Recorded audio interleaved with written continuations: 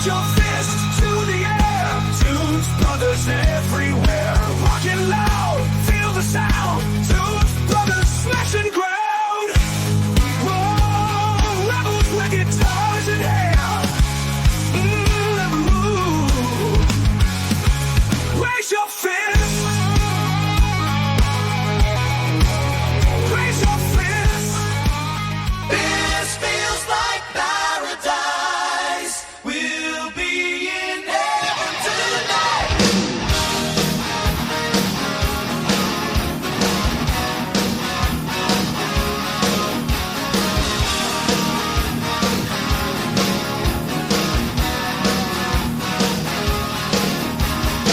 Lost in a dream in the arms of the night.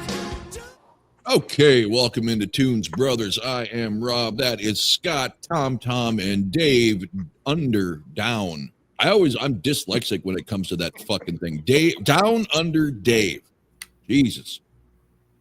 We had Darren here, but like an idiot, he decided to do the wrong White Lion album, so he's out.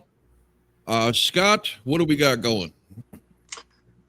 We got going the absolute, to me, now this is my opinion. I do like White Lion's Pride. There's songs on there that I do like a lot. I do like some songs on Big Game, but it's a little weaker to me. But Main Attraction, right here, man. This one here I picked up working at Walmart security back in the mid-90s and didn't even know it existed. And I thought, well, you know what? I'm going to give it a shot. I hadn't heard anything on it. And I put it on and listened to it. And I've really just enjoyed it ever since, man. To me, the best album they ever done, especially production-wise. This one's produced phenomenally. Everything you're feeling everything they do. I know some of the songs are long on here, but they're very enjoyable. And they do have some sappy, ballads. They got quite a few on here. But none of them are horrible. I mean, I can tolerate everything on this album, man, believe it or not, because if I couldn't, I wouldn't. I'd say it. They put this together with 12 songs. They didn't really have to put that many. I think what they done is they thought, look, this right here is probably going to be it for us. So they just went on ahead and put everything they had on there and threw it out there. Now, I don't know what kind of impact it made because I don't remember it ever being released. And this is 3 years after this album was put out when I ran into it. So to me, I've always liked White Lion, the stuff that I know. Of course, I'm not their number one fan or anything, but the talent, the absolute musicianship on this freaking album and Homeboy's vocals are phenomenal, regardless if it is slow and sappy or it's high octane. My favorite White Lion album, Main Attraction. Tom, you had never heard of this band, so what'd you think? Yeah, for me, not ever hearing this band, I thought they're phenomenal. They're everything that I look for in a band. They got ballads, blues, rock, rhythm, everything that I look for in a band, they have it. And I'm shocked that I didn't hear it when I was younger. Again, this is probably one of these bands that were in a flight to survive kind of mode, not naming their debut album or anything, but this was a very well produced, put together album, in my opinion. I will say that. Very phenomenal. But You owe it to yourself, dude, if you like this, to listen to Pride. that's the next album I'm going to listen to after this one. Okay. Down Under. Yeah, well, like Scotty said, it's probably the best album, but I have to say that because I haven't really listened to any of the others, so it definitely ranks to me as their best album. I was surprised.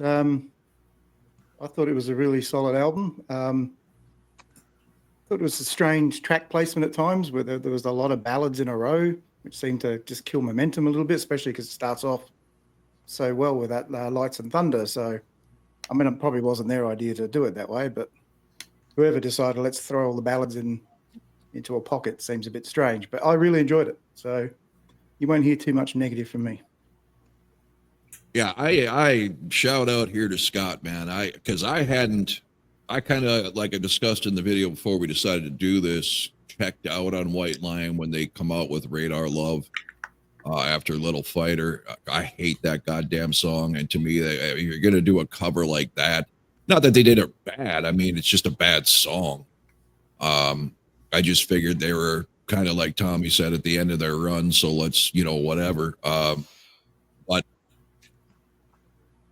I'm sorry I checked out on them, man. And I mean, this album was such a pleasant surprise. And I love the soulful ballads. So this fucking helped right up, my alley. Like you said, it's got blues on here. It's got hard rock on here. It's got something for everyone, and which White Lion usually really does. Even Pride is kind of a mixed bag. It's a little more metal than this. It will still always be my favorite White Lion album because that was my introduction, and I played the shit out of that album. But this was fantastic. Like Scott said, even the long songs doesn't matter. They're just. It's just a good fucking album. Is it my favorite album? No, but it's a solid fucking album. Nothing on here is cringeworthy or makes me want to, shut it off. So there you go. Yes, sir. It's you, Scotty. Who are we going to round the table with? Me? All right. Yes, sir. My number. Now, I will say that I like everything on here. Yeah. I do. I have 6 songs playlist on this album alone. Half of this album's playlist for me, and I will get there. So, number 12, and only because it was a instrumental, but damn, bro, I love the blues, and I love it incorporated in hard rock and metal. Blue Monday, man, I really, really enjoy that. I didn't even skip anything. I listened to them play, and the long songs when they get instrumental on this album, which they hadn't done before. No. Which I really enjoyed. There was no boring parts. It was almost like, well, what are they getting ready to do moments, That's what made me really like this album. So yeah, Blue Monday, very, very, very great on the guitar. The drums sound fantastic, man. Just one of the instrumentals I do really like. That's my number 12. All right, my number 12. I had a tough time between 11 and 12. So let me say right off the bat, I don't hate anything off this album either. Just my first couple on the list is just iffy for me, except for number 11. My number 12 is Lights and Thunder. It's I know. I knew I was going to get that kind of reaction. I don't have a problem with the song per se. It's just the intro is very, very long, and I'm confused if it's a ballad or a power ballad in itself. I'm very confused with that song of what it's supposed to be for some odd reason. It's a definite journey. It's a journey. Lovingly, and then it just hits to a very. You hear the electric, the drums, the bass, and then it's like, what are you trying to write? A ballad or a power ballad? A love song or a power ballad? So, my number 12. Settle down, Scott. Down under. Oh, that's cool. I'm good. All right, Scott, I'll bring you back. My number 12 is also Blue Monday. Once again, as Scott said, there's nothing wrong with this. It's really well done. It was obviously a tribute to Stevie Ray Vaughan, who just passed. I just think it could have been really good with some vocals in it. Like if they could have come up with something. I think it just really would have popped. But like I said, Mike Scott, I love blues guitar, so this is good. But and I said I don't dislike anything on here either. So it's only number 12 just because it's an instrumental. Okay, for me, number 12, also Blue Monday. Everybody knows I don't like blues. And right off the bat, for a split second, you heard that Doors organ, and I just cringed. But then I was pleasantly surprised at how well done the instrumental was. But not being a blues man or an instrumental guy, it's obviously going to be number 12. But I listened to the whole thing. I didn't have to skip it. It wasn't annoying blues. It was well incorporated with the rock sound, like Scott said. It was really well done. Scared the hell out of me when it started with that organ, though. Yeah, I forget about the organ. Okay, number 11, and just because these bottom half songs is not playlist doesn't mean that I don't like them. Now, this one right here, and some of these ballads, dude, are really deep. I mean, they're really heartfelt to the bone, freaking emotional ballads, bro. And this is one of them, Till Death Do Us Part. I mean, damn, bro, that's insane right there, man. Great. Whoever come up with that, I mean, it's a great concept. Imagine if that would have came out in 85 or 86. You know, I mean, dude, that'd have been people getting married to that damn song, bro. That'd been at their wedding. I hate to interrupt you, but funny you should say that, because when I was listening to this, the wife was sitting out here doing her stuff, and she said that about 3 times. I wish we'd have known this. We'd have used this at our wedding. It's phenomenal for that reason, and very just emotional. Yeah. Great ballad, though, man. I mean, I got nothing bad to say much about any of these. So, number 11. Thomas. My number 11 is Blue Monday. I happen to like blues. When I listened to this song, I automatically thought of the B.B. King days. Man, I like blues, and Blue Monday, yes, it's an instrumental, but it's a very good instrumental. And I myself listened to the whole thing as well. So Very good. Dave. Well, I'm going to follow Scott again. My number 11 is Till Death Do Us Part. Nothing wrong with the song. I've seen online everyone calls it the wedding song, so you're probably right. Only negative I can have about is I've been divorced twice, so I don't believe Till Death Do Us Part exists. Well done, Dave. Thank you. 3 times the charm? You got a woman? Oh, okay. Yeah, but no marriage. Oh, okay. Smart man. Smart man. Both my previous marriages were good until we got married. Yeah. Ain't that some shit? That's the way it goes, man. I don't. You guys are making me scared to get married. Oh, I'm sorry. 3 years. I'm 3 years happily married there, Tom. Don't let it scare you. They often say, "What food will kill a woman's sex drive?" And it's called wedding cake. Wedding cake. I've heard that one before. No, I never had no problem in that area. I mean, thank God that didn't kill my marriage. We were just too. We were like, what usually kills marriage, aside from the obvious one, which became a real problem around the millennial generation of getting married right out of high school. You haven't even lived together. You haven't experienced life. That's always a mistake. But money is usually the fucking killer when there's financial problems. That's why me and my girl were like, we're not going to get married until our financial things are. Make sure you guys can fucking pay bills, cover emergency expenses and all that, and then you'll be fine. Yeah. Everything else works itself out.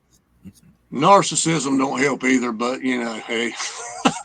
Well, my dad always said, when it comes to women, Rule number one, you're wrong. Rule number two Ooh. goes back to rule number one. You're wrong.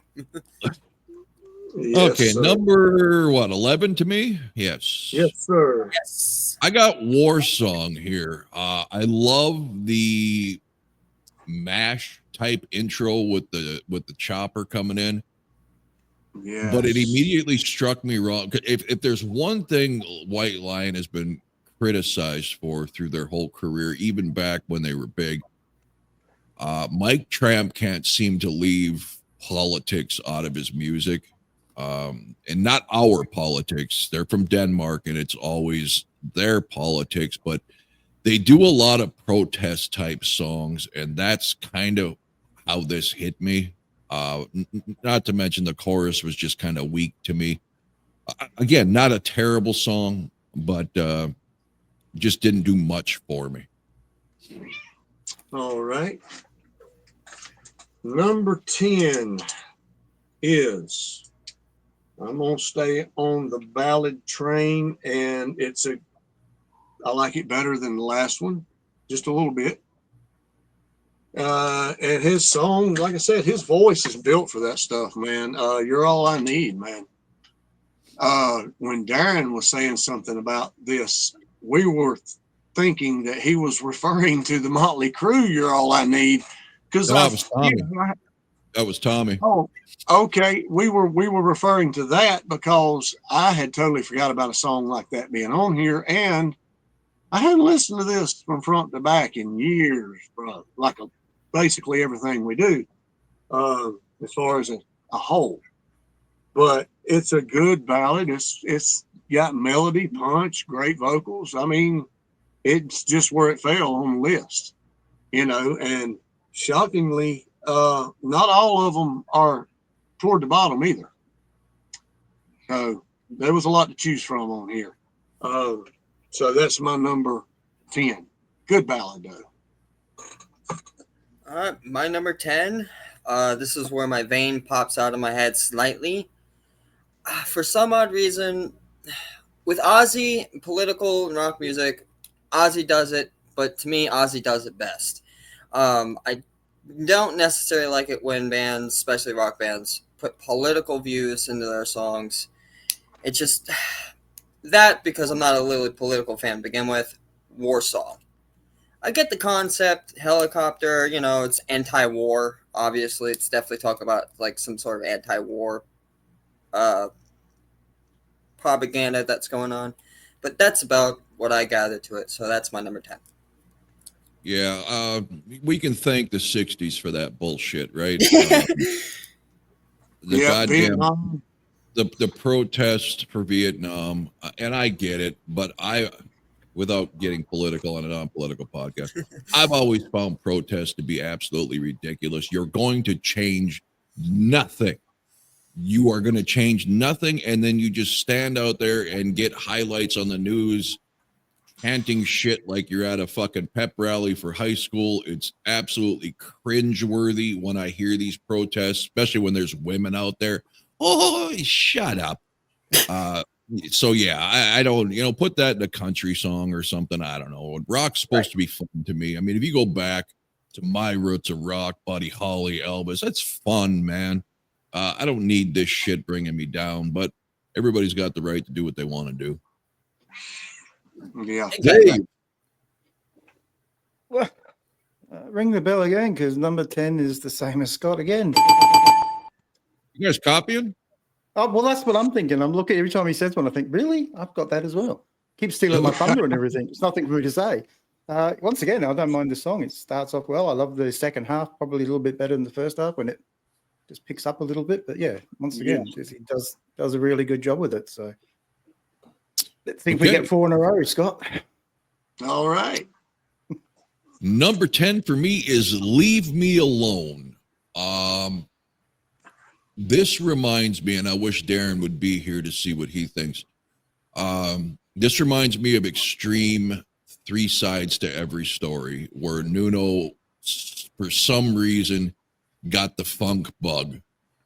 And every guitar riff and even just the rhythm riffs are funky. I don't care for that so much. So that intro kind of killed it, and then they just continued the groove all the way through. It has high points to it that make it listenable, but funk and blues are two things I just never jived with. Maybe because I was late 70s when I got into music versus early 70s, like, Scott and Dave and Lewis and everybody. Maybe I'd see blues and funk a little different, but that's where that hits. All right. About to get there here in a few songs, but right now we'll see if the bell rings again for me and Dave. It's a good song. I like it a little bit better, of course. I believe this is another tempo building song, if I can remember correctly. I just listened to it a while ago for like the third time. Some of these ballads I'll get intertwined with each other. It's over. That's my number 9, and it's good. I think it's one that, correct me if I'm wrong, is it one of them that starts out slow and builds in the middle? Yeah. Okay. Yeah, I did remember something. I couldn't remember nothing last night. I can't even remember the word ballad last night. But anyway, yeah, man, it's a damn good one, especially like Dave says, man. I like it so much better when it kicks in and they start rocking, because their sound on this album, my gosh, dude. I wish they would have had whoever produced this one on all of theirs. So that's it. It's over. Number 9. Yeah, I will say that it does. I'm glad you like them, but I knew going in that pretty much every ballad was going to be at the bottom of Scott's list. No, not every one of them. Almost. Almost. Yeah, No. almost. Okay, Tommy. My number 9. Well, before I start, I've noticed how much this band likes ballads. I mean, not until this album, dude. You'll find one ballad on Pride. Their mega ballad. That's exceptional. I think And that's if you my listen only to their problem with first this album, man, album. they were a heavy band for their first 2 albums. Yeah, Not like thrash, but I mean they were straight up kick your ass rock and roll. It was later. It started a little bit in Big Game where he started to get that ballad bug. But I'll tell you, I don't think there's anybody who's got as much emotion in their voice as Mike Tramp. I mean, he makes them great. But go ahead. Yeah.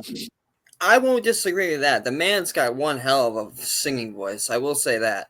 It's just that what puzzles me is, and what I guess this is what I can say in my opinion, what hurts hair metal bands throughout the 90s was the overflow of ballads that came out during that time period, is what I could say. But my number 9 is not a ballad. It is Out with the Boys. Now, it's just because, yeah, I like a good party song. It's about going out with the boys, partying and whatnot. But, like, you know how many songs I've listened to over the past month about partying, getting laid, and going out with the boys? It really does hair get draining. metal. It gets draining. Yeah, and it does. But there's some heavy metal songs that are not like that I listen to. And most of my playlist is that, and sometimes it's just this. I'm guessing I was just in the mood where I was just drained from it, I guess. But number 9, Out with the Boys. Nothing wrong with it. Kick-ass song. Dave. Yeah. Well, Tom, when you get to our Ringing age, that bell again. No. Okay. I was just saying, Tom, at our age, that's the only way you do get to experience that kind of thing is by music, because we don't get to go and do any of that shit anymore. Right. That's right. We're too old. Well, I don't do that anyway. Well, Not you should. anymore. I'm 32 and I did, and yeah. I'm lucky to be alive. Yeah. Yeah, but you got good memories. Yeah. The ones you can remember. Yeah. I can't say that. My number 9 is Love Don't Come Easy. Wow. Once again, I like everything from this. This could change on any given day. Seriously, this list here, I think, I could listen to this album again and I would swap it around to somewhere else. Maybe it's just there's so many ballads all in a row. As Scott said, they sort of start, melding into one thing. But it's a great song. I loved it. Just think it was missing something, but I can't put my finger on it. So, you get that sometimes you hear a song, you think it's really good, but it's just something missing. But I'm not quite sure what it is. But it's still a great song. All right. Well, that's a shocker. But my number 9 is She's Got Everything. This is an awesome guitar clinic intro. I called guitar gymnastics, including, Vito Bratta showing Ace how to actually use the toggle switch. But at the end of the day, the song as a whole is filler to me. It's like AC/DC. It's good filler, but it's not spectacular. And I could see me and Tom have kicked both the left and right nut of Scott on the last 2 songs. Y'all got it in the middle. You got both of them at one time. Bam. Scott? You got a wide foot, man. At least I didn't kick you with the steel toes. Woo, well, hey, man, I can't really say anything. It's this album's got a lot of everything, and it's none of it really bad. I mean, so there you go. All right, number 8 for me. Right? Yeah, yep. Number 8. This, if I'm not mistaken, I think you guys said they had this on their first album. This one starts out slow too. I do believe Broken Hearts. Yep. And it picks up, and they start jamming. Now this one's starting to get. I'm starting to get more in the groove with this one when it picks up. I like it better than the rest. It made it to number 8. Now, the next one, I will give y'all a hint. It won't be a ballad. But anyway, Broken Heart, man. And, dude, it's just the way he sings them, dude. You have to rank his ballads, because there's so many on here, on how you like the way he sings the damn things, because his voice is so damn. I didn't realize this guy's voice. I've been in tune with White Lion since they hit weight on MTV. I wasn't in tune with the first album, but when they came out, I bought their first 2 right in a row when they came out. Now, these are my type of ballads. That When the Children Cry, they can throw that in the trash, bro. I agree. That. I agree. I absolutely agree with that. But something like that should have been on, replace that. But anyway, I'll tell you what, if you like the way that starts slow and rocks out, listen to it on the first album. It's completely different. It's heavier. It still starts slow, but he sings it differently, and the mix on the music itself and the actual groove is harder rock. Wait, so I remember you and Darren talking about that on this one in the first album, so I will check it out. So there's two versions of the same songs on 2 different albums? Yes, their first album, they had Broken Heart, and it kind of broke them in the music business. Not huge like Weight did off the Pride album to follow, but kind of like Taiketo did. They liked it so much, Taiketo did with Standing Alone, that they put it on an album on the next album because they didn't think it got a fair shake. White Lion brought it back, 3 albums later, changed it up a little bit. I think Darren said he prefers this. I prefer the first, but they're both good versions. I'm definitely going to have to take a listen to each one now to figure out which ones I Anybody who likes hair metal, just listen to the first 2 White Lion albums. And if you don't like them, fine. But they've got a little bit of everything. Yeah. All right. Scott or Tom, it's you, number 8. Oh, my number 8 is Till Death Do Us Part. can't really say much about this song. It's a beautiful song. Uh, Yeah. it's just not my favorite ballad on this song. It really isn't. I just prefer others. So Gotcha. Down Under. Yeah, my number 8 is one you've already mentioned, Rob. She's Got Everything. Once again, it's a decent kind of song. It's got a good groove to it, but yeah, it's like middle of the road to me, but still, I wouldn't skip it. So Okay. I think if I don't skip it, it's okay. Number 8 to me, I've simply got decent filler as my note, and that is Farewell to You.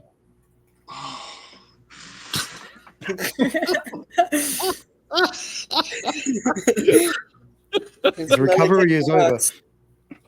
Hey, y'all are still in the green, man. Y'all still in the green. Go ahead, Scott. All right. My number 7 is, I think Rob has touched on this, and I do love now, I'm not a funk fan, and I'm not really a hardcore blues fan. I love blues incorporated into hard rock and metal. That's the blues that I enjoy. I'm not a Stevie Ray Vaughan fan. I've never liked him. And I just ain't into that deep of blues, bro. And I got nothing against him. Was a spectacular guitarist, just like B.B. King. You know, that's not my style of blues, but the guy's got licks, man. You know, these guys are great at what they do. This was his Leave Me Alone. Yeah, man. And it's the funk and blues in this is badass. I love that offbeat drum. You know, I'm for that. I'm not all Rush songs for that all the time, but I love it when it's thrown in and it kind of throws you for a loop, but it's a good loop. I think he sings it perfectly. And it's got that swag about it, man. It's, you know, you definitely ain't gonna do the 2-step to it. But anyway, It is I like it. It's the last of my non-playlist songs. Next from 6 up, didn't get 7 up this time, is playlist. All right. My number 7, Leave Me Alone. Okay. Like Scott said, funk, blues, Stevie Ray, B.B. King. That's my go-to guitarist most of the time, 77% of the time. That is fucking cool that being your age, you're still into the influences of that early stuff. That the fact that you even got exposure to it is impressive. Well, you can thank my grandfather for B.B. King. Let me tell you can thank my grandfather for him because if there's one guitarist I was mesmerized watching on the television because my grandfather had old tapes of B.B. King concerts and stuff. You know, even listening, I would sit there and like the licks that this man can play on a guitar, just phenomenal. But this is where it reminds me a lot of Stevie Ray, yes, but I also see a lot of B.B. King influenced blues in this. But again, all blues from, I'm guessing, after B.B. King. Well, yeah, after B.B. King was basically influenced by B.B. So my number 7, Leave Me Alone. Just a rockin' funky blues song. My number 7 is also Leave Me Alone. So, Wow. Not sure how much more I can add to that conversation, but yeah, I don't mind the funky groove to it. It's got a great solo in it, so yeah, I'll listen to this one again. All right. My number 7 scared the hell out of me when I pulled this up on Spotify. When you start an album with an 8-minute song and you're me, I'm looking at that going, I don't even want to fucking hit play. That's what I thought. No. And then of course it has a long intro, right? Lights and Thunder. But I'll tell you, when you get past that fucking intro, this is a great fucking song. I originally immediately started making my list, as I do, putting, okay, this is okay. I already put this down at the bottom, right, just right away. And it fucking just kept climbing every time I'd listen to it again. I love that goddamn chorus. I love the pre-chorus. My only beef is that it's so long. Like Tom said, it is up and down. It takes you kind of on a little journey of emotions and tempo or whatever. But the more I listen to it, I can't get that chorus out of my head. That's just his voice. Little, praise for Mike Tramp here. He got a lot of shit because he came out a couple of years ago and basically said, I am not going to sing the songs like you remember them because I can't do it. Him and Rob Halford are a couple examples of guys who learned to sing their stuff differently so they didn't butcher it. So my brother hated that. And he'd watch, now I don't even like the way he fucking sings it. Okay, so we went to Rock Timber last year, and I had watched YouTube things. I thought he sounds just like Mike Tramp.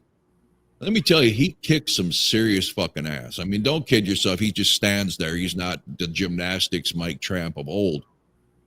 But his voice is so professional, so emotional. He can literally sing anything, including reinventing his own songs to where you don't miss the way it was originally sung. He's not holding the notes out or maybe screaming something out because he knows he can. So he figured out a way to do it and do it great. And this chorus is a prime example. When you listen to this chorus, that's the Mike Tramp I saw. Just a classy, almost perfectionist style of singing. It's just amazing. The only reason this didn't grow higher on the list, like I said, 8 minutes is a lot for me for any song. But I got nothing bad to say about it. The intro even doesn't bother me after a while. Yes, perfectly said, man. Wow. All right. Playlist right here, man. And it barely made the cut, but I do like it. I don't care if it is political. This one will grab you, bro. Especially what he's talking about. And of course, I didn't know exactly where they came from, but to me, it sounds like a Vietnam veteran song. And from what he's talking about, and the song is it just jams, bro. You don't even pay attention to the lyrics, man. The song does the talking. And the intro, I love that. See, I'm a fan of long intros and stuff like that.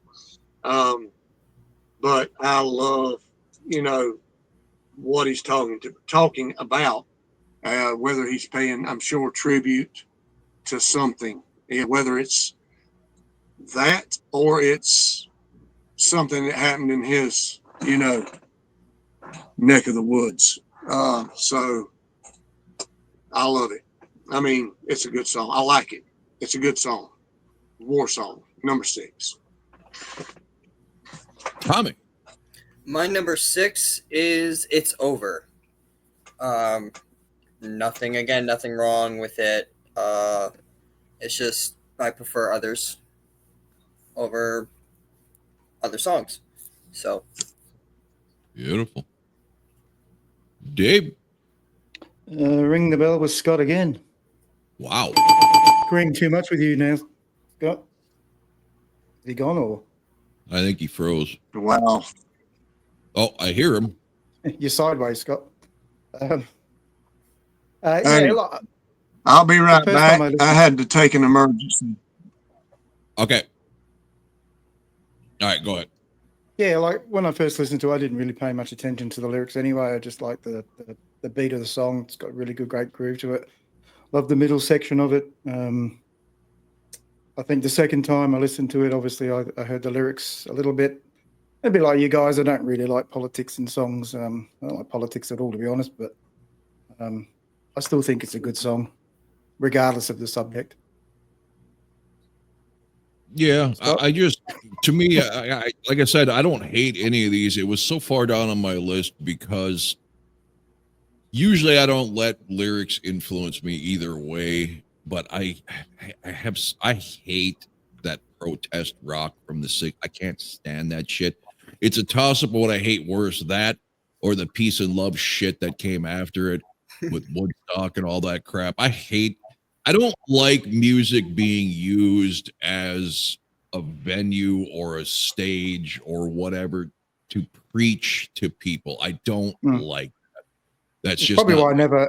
It's probably why I never liked Bob Dylan's music, because to me that it was always too much. You know, Yeah. I can't stand it. political I shit. can't in it, stand like, Bob Dylan. just I give just me can't music. stand Bob Dylan's Yeah, voice. give me Oh, music that I can enjoy. that's just it. And that's to me, the 60s was an ugly, ugly decade of music. When you're looking at the protests, when you're looking at the peace and love, the visuals were fucking horrendous. I don't like I said, don't preach to me about anything, fucker. Just sing me a song that I can get behind. So I think that just kind of rubbed me the wrong way with War Song. Like I said, it wasn't a bad song. It's just if you got a bunch of songs that are somewhat equal and you're singing about something I don't want to hear about, it's gonna fall. But yeah, it Yeah, was a decent song. I think the easiest thing with Dylan is, what's your favorite Dylan song? Anything he doesn't sing. Yeah. Yeah. If someone else sings his songs, they're much better. Oh, absolutely. Yes. Okay, so that was number 6. 6, yeah. Yeah. Okay, 6. I've got Out with the Boys. I think this is a good time rock tune. It's got a wicked bass breakdown in this fucking song. I love the groove. I love the chorus. I agree with Tommy. It's been done to death. I could think of bands you guys probably haven't even heard of that have that exact title, Out with the Boys. It is cliched for hair metal, but so is Chicks. So is, fucking Satan worship, whatever. I mean, pick your bag. But this on an album that is primarily mid-tempo to ballads is like a breath of fresh air in there. All of a sudden you get to really fucking rock out. I really like that song. Yeah, me too. Hadn't got there yet, but getting ready to. Number 5, and I love this song. I have since I heard it for the first time, and I believe it is written for this album and this point in time in their career where he was telling the story. Mike Tramp, the singer, he was telling the story about, I seen him on an interview or a documentary one time about, grunge coming in and stuff like that. And all of a sudden they're on the walls of their record company. When they'd go in, they could go in and out and stuff like that when they pleased, and their posters is up and all this stuff. And he's trying to get a hold of a record executive, I guess, and he can't. He's always getting his answering machine, and he won't return his calls and all this stuff. And that's the point in time that this album right here is getting ready to come out. Well, he goes to the record company itself, and of course security's there, and they say, who are you and what? And he told the security guard, I'm Sebastian Bach. And the executive came running out of the damn office door, and he just kind of looked at him like, the fuck's up, bro? But anyway, that's a true story. And of course, all their stuff's took down. Alice in Chains or somebody's put up and all this shit. But anyway, Farewell to You.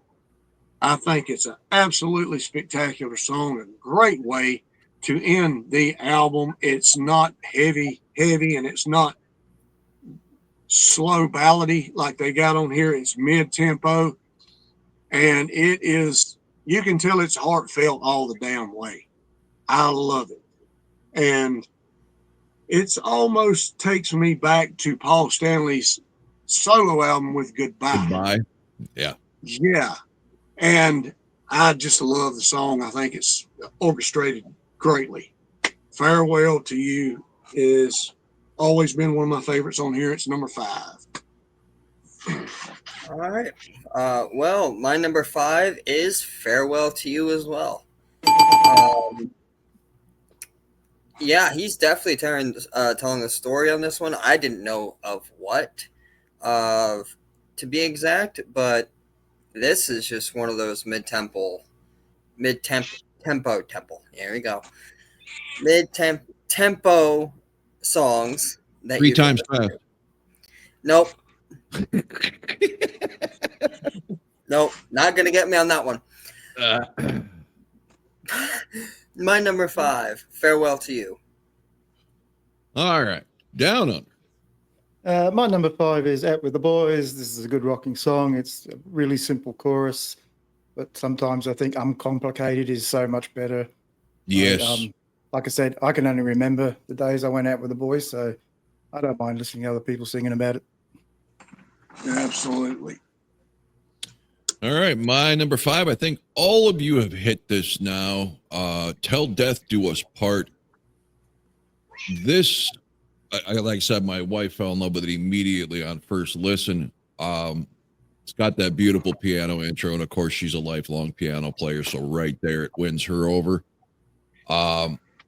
It's got the power ballad chorus. It's got great harmony in this song. Vito Bratta just shines on that cry solo.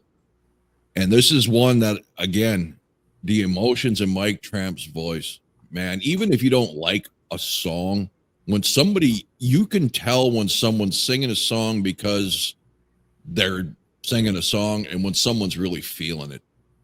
And, Yes. and like I said, I was right front at his feet for that rock timbre, and you could just see the emotion in his face with everything he sings, even the harder stuff. I love guys like that. I love when they actually feel what they're performing. Same with guitar players. Everybody always makes fun of lead guitarists and their facial effects. That's not because they think they have to do that to be a rock star. If you play guitar and you don't make those faces, you don't love playing guitar. It just happens. You don't think about it. You're feeling it. And that's the way he is with his vocals. And just a beautiful song. And a lot of times they don't even realize they're doing it. I mean, Exactly. they're just getting into it so good, you know.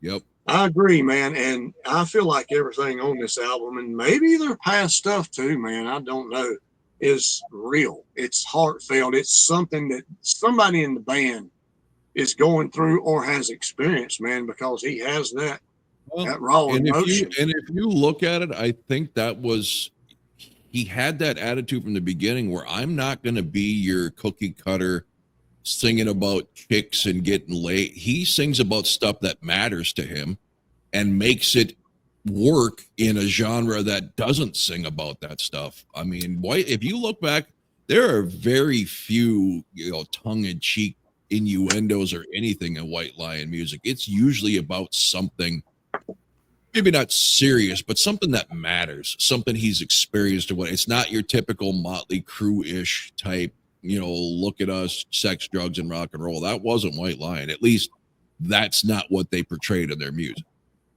Yeah. Yeah, I can see that. All right. Number 4.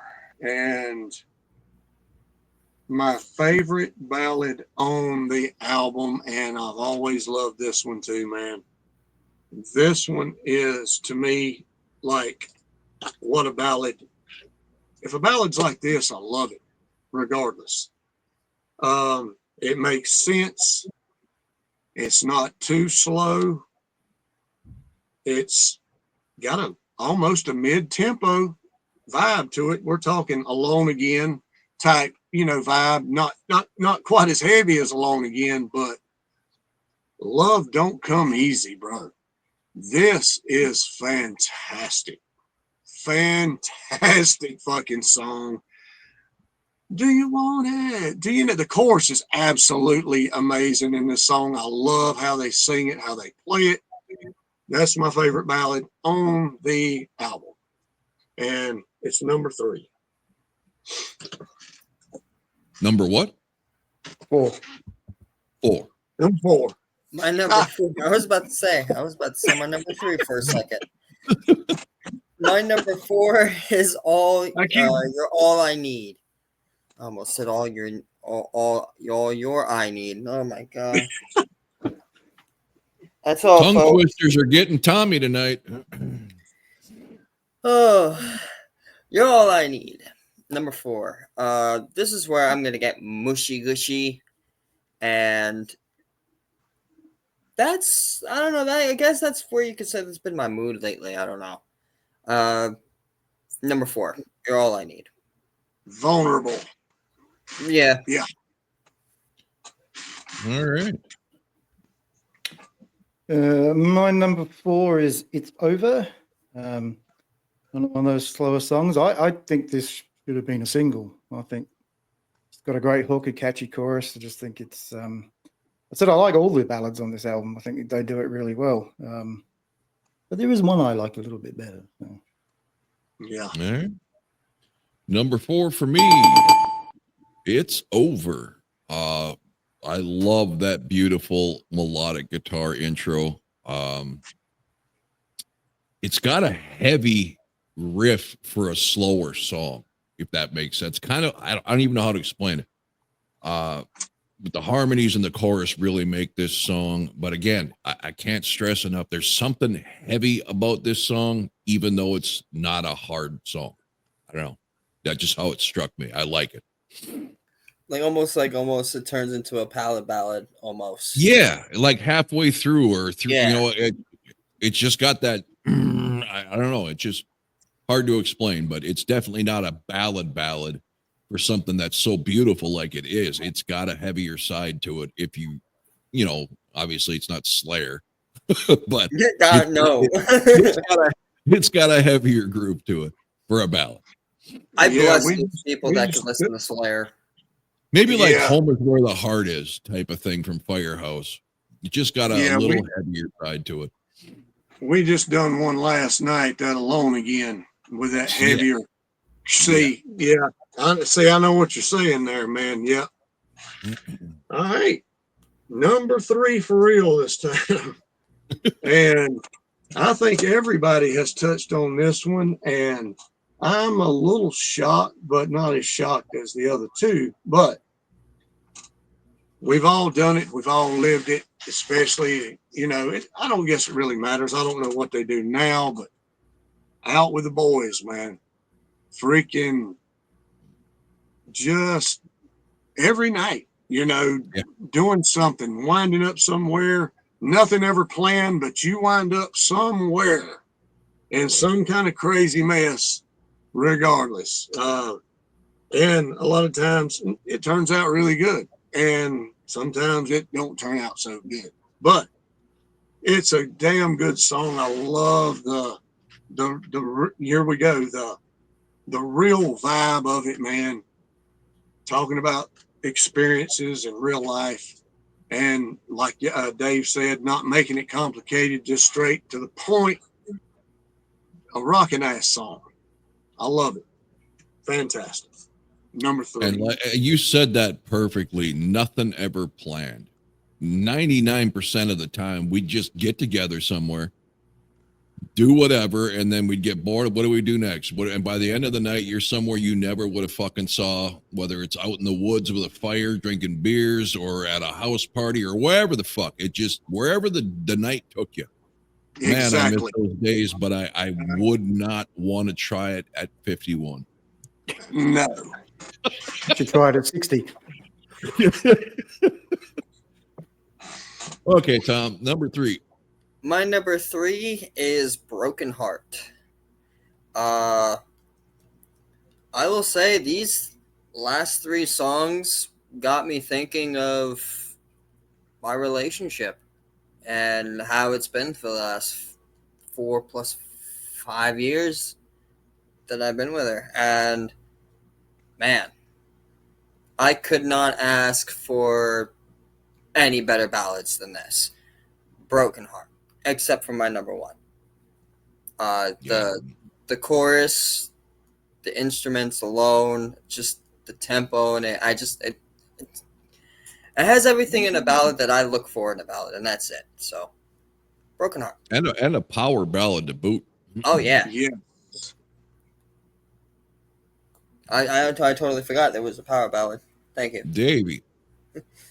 My number 3 is Farewell to You. Great song. I don't know if anyone else. It sounds a bit Bon Jovi-ish to me, but Yeah. and that's not a bad. Sometimes it's a bad thing, obviously. Early Bon Jovi. Yeah, early Bon Jovi. You know, that runaway type feel Yeah. that they had at 7,800 by Fahrenheit. But it's a great song. I love it. This one surprised me. I listened to this a few times after I heard it the first time, and I thought, yep, it's going high on the list. Yeah, I was going to say, you got a winner is when you keep listening to a song after you're done with your list, just because you want to hear it again.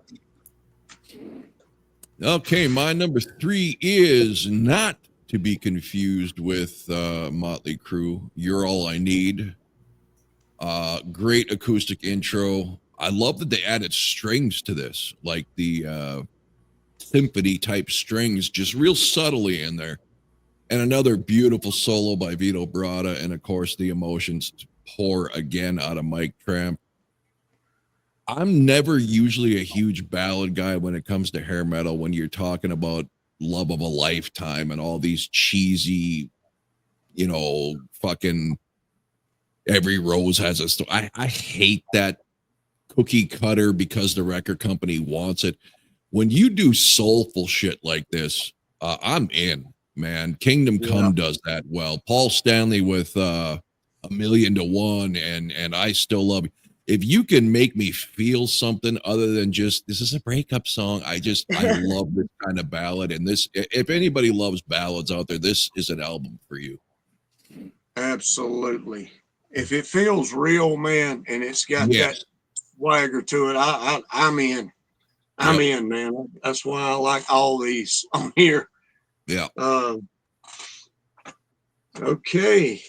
Getting down to the nitty gritty here, guys. So, well, man, I don't know how many of y'all use this one up, but man, she's got everything that I want, man. Jesus Christ, man. This is a rocking ass tune. I don't care what the hell they're talking about. We know what they're talking about, but the voice, what is that thing called where they're playing the guitar like Motley Crue does on Kickstart My Heart, and she's doing the talk box. Yes. Oh my gosh. They just rock the drum beat. Just a double bass. Powerful song, man. For something simple. It just breaks it all out. Online with the boys, man, because they're really not complicated at all with my second and third songs here. They're just straight to the point. But the music does the talking so well in these songs to me. The power they're bringing is as heavy as they've ever done, in my opinion, as far as musicianship. I love them. She's got everything that I want. Number 2. My number 2 would be possibly the heaviest song to me, in my opinion, on the album, and that's She's Got Everything. Like Scott said off the bat, the drums and alone kicked my ass in that song. This song is just a rockin' tune. It's awesome. It's got everything in it, from solo to riff to bridge to chorus, and can't go wrong with it. Number 2, She's Got Everything. So she's got everything, and the song's got everything. So there you go. Everything you wanted, yeah. Whether that was on purpose or not, I don't know. No. Dave, number 2. My number 2 isn't that much of a rocking song. It's Broken Heart. I really like this one. I love the acoustic intro, the little keyboards and on the chorus in the background. Solid verses, a great solo. I listened to the original one after I listened to this, but I still think I prefer this one. But this was close to number 1, but just missed out. All right. My number 2, Broken Heart. I knew the original one before I ever heard this version, and I loved the original version. I still prefer that, maybe because that's how I got to know the song. But still, it's an incredible song either way. Extremely showcasing Vito Bratta. I'm sorry, Eddie Van Halen fans, we love you. I'm speaking clearly for myself, not for Scott. Vito Bratta is the single greatest tapper that I have ever seen. And he's not even in the top 5 guitar players that I prefer. But when somebody does something so fucking well, it's hard to not notice, right? And Eddie Van Halen did some phenomenal shit with the fingerboarding, the tapping, and all that stuff. But my God, and I knew this going back to the Pride days when MTV had their concert on, and I was watching, and I was just fucking mesmerized at what this guy could do without using a fucking pick or the fucking area where the goddamn pickups are. I mean, just all up here. Not saying Eddie couldn't do it. I'm saying he didn't do it. The things that Vito Bratta did re-revolutionized tapping. Like Eddie revolutionized it to begin with. It is just an awesome song. And of course, Mike Tramp is epic on this. So there you go, Broken Heart. Yeah, I'm going to have to reroute some of my guitarists too, man, because after seeing and hearing Winger's guitarists. Oh, Red Beach, fucking Red Beach. As far as the fans go or listeners go, is drastically underrated. If you talk to guitar players, professionals, he is one of the most sung guitar. He is fucking incredible. And what is so spectacular about them is they literally, I am not lying here, bro, boys, they played it spot on to the CD. They changed nothing, bro. It was so damn perfect. You couldn't believe it almost. That's how perfect they were. The sounds. All those guys have studied music theory. They're studio musicians. They work with many artists. I mean, everyone in that band is a top-notch musician. Yes. Mm-hmm. Yes. They changed nothing. Yeah. Nothing at all. Number 1, Scotty. Time for the big showdown, guys. I think I'm the only one that's left, and I'm just unbelievably insane that Tom had this at number 12, Lights and Freaking Thunder, man. Jesus Christ. By far, my favorite song by White Line. Over anything, this is it. I know it's long, but damn, is it rocking to hell, bro. It is all rocking all the way. I love the breakdowns. I love the instrumentals in it. I love his voice.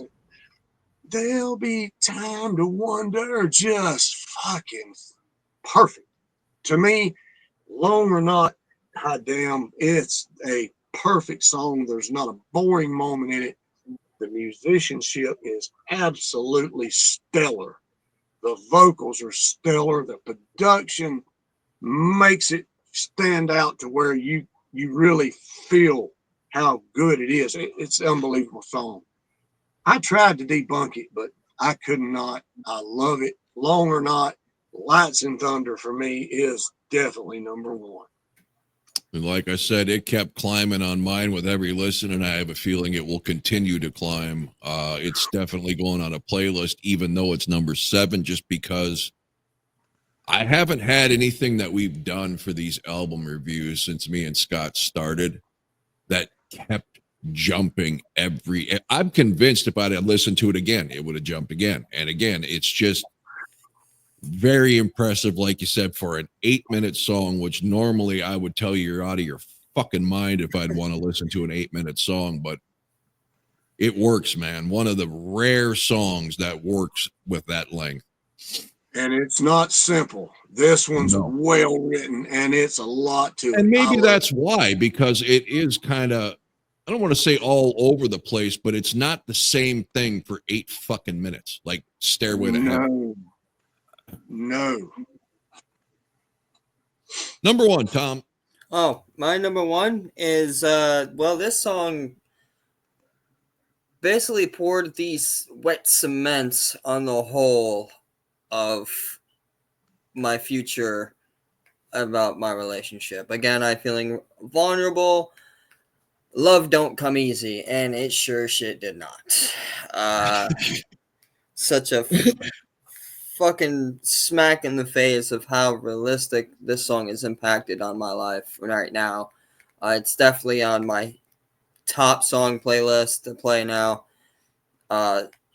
Beautifully written. Man, just yeah. Awesome. Down Under.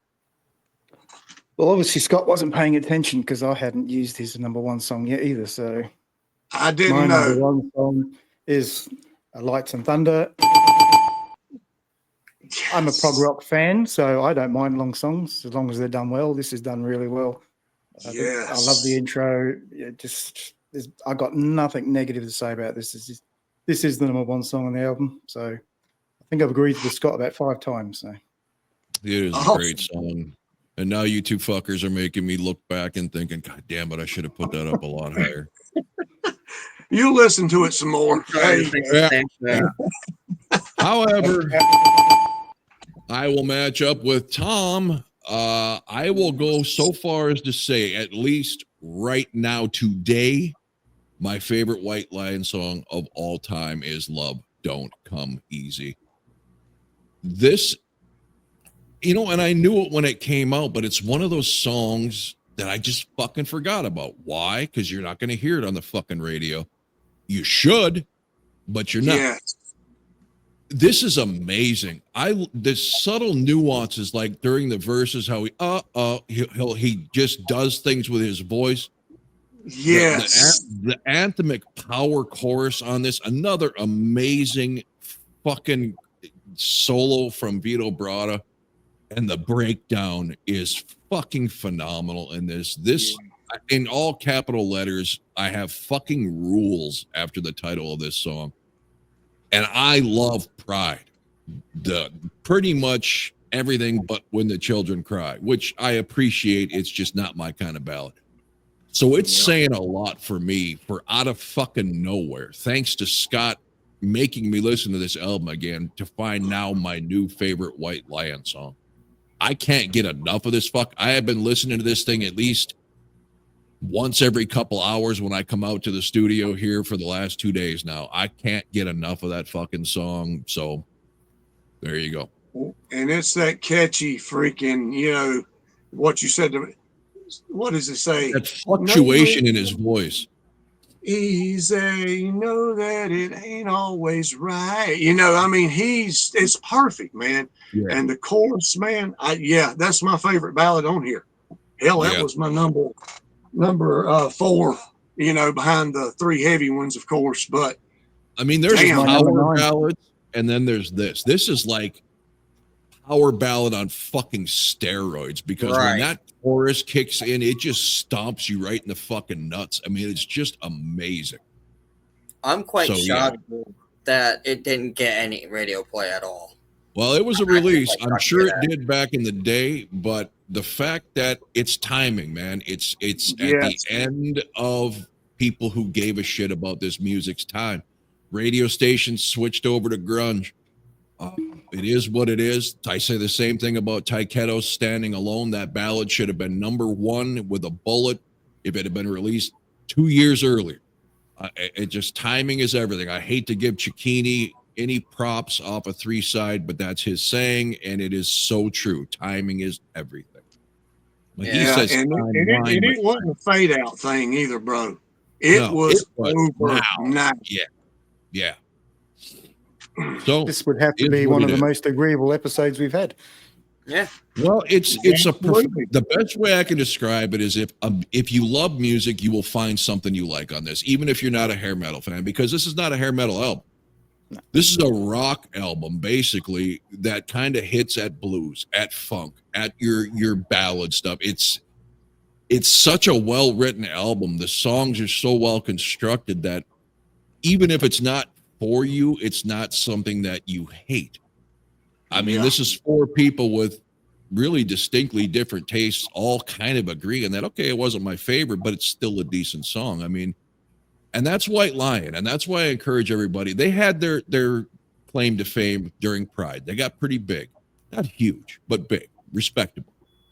But they didn't get the respect that Rat and Motley Crue and most of these bands got, and they should have.